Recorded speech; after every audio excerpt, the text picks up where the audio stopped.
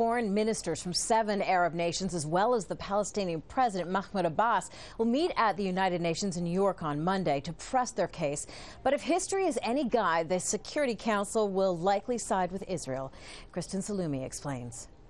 In 1947, an infant United Nations recommended dividing British-controlled Palestine into 2 states, roughly equal in size. One would be Arab, the other Jewish. But when the UN officially recognized the State of Israel in 1949, and I therefore formally declare Israel admitted to membership in the United Nations, it was along much broader borders. The boundaries have been contested by both sides ever since. And despite wars, truces, and resolutions, the question of the Middle East remains one of the UN's most intractable issues. Jewish settlements continue to be built on Palestinian land despite Security Council Resolution 446, which called for their end in 1976. Israel continues building a giant wall to cage in the West Bank despite a 2004 ruling of the International Court of Justice, which declared it illegal. Israel has looked with some disregard on UN resolutions, and I can understand very well the Arab frustration that has been so deep with the UN. Thank you, Mr. President. And Israel has powerful friends. The United States holds a veto in the Security Council, and since the 1970s, it's used it 42 times to stop resolutions critical of Israel. Israel points out that its citizens remain the targets of suicide bombers and missiles, while the country's defenders accuse the UN of bias. They point to the Human Rights Council as proof. The Council, whose recommendations are non-binding, passed 19 resolutions condemning Israel between 2006 and 2008. It says to me that the United Nations is only a reflection of the hypocrisy, of the double, triple standard that's out there. It sometimes tells me that there's still plenty of anti-Semitism out there. Human Rights Watch agrees there is bias at the UN, but says it goes both ways. There are red lines that all parties to an armed conflict have to abide by, and both parties in this case have been flaunting them, consistently. UN Secretary General Ban Ki-moon has been very careful to avoid any appearance of bias. He's offered only restrained criticism of Israel, right alongside criticism of Hamas.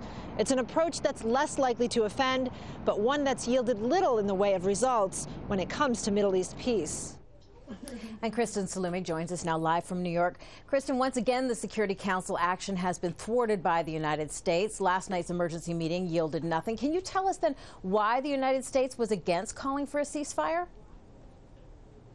Well, the United States ambassador said that they saw no purpose in issuing a statement that wouldn't be followed. He said he saw no signs of Hamas stopping its rocket attacks into Israel, and in the United States' view, Israel had the right to defend itself. So the Security Council met for 4 hours debating the wording of a possible statement. Libya, the only Arab member on the council, wanted a formal written declaration from the council calling for a ceasefire and an end to military operations.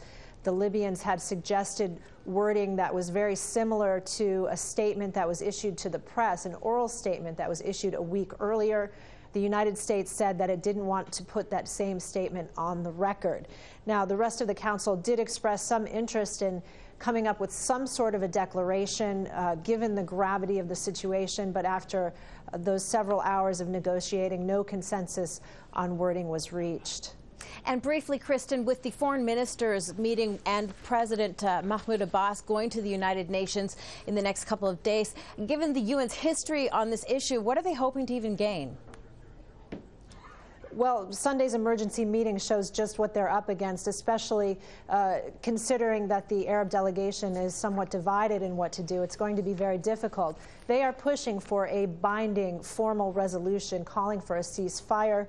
I do think a resolution could be possible, but the one that they are proposing now has already been called one-sided by the United States, and they are going to have to appease the United States and to a lesser extent the United Kingdom in order to get anything passed. So the United States and the UK gave some indications last night of some of the things they'd be looking for: an end to rocket fire into Israel, an end to smuggling of weapons, and what they call a durable ceasefire. So you can expect a lot of negotiations in the coming days before any resolution is passed. All right, Kristen Saloomey live for us in New York.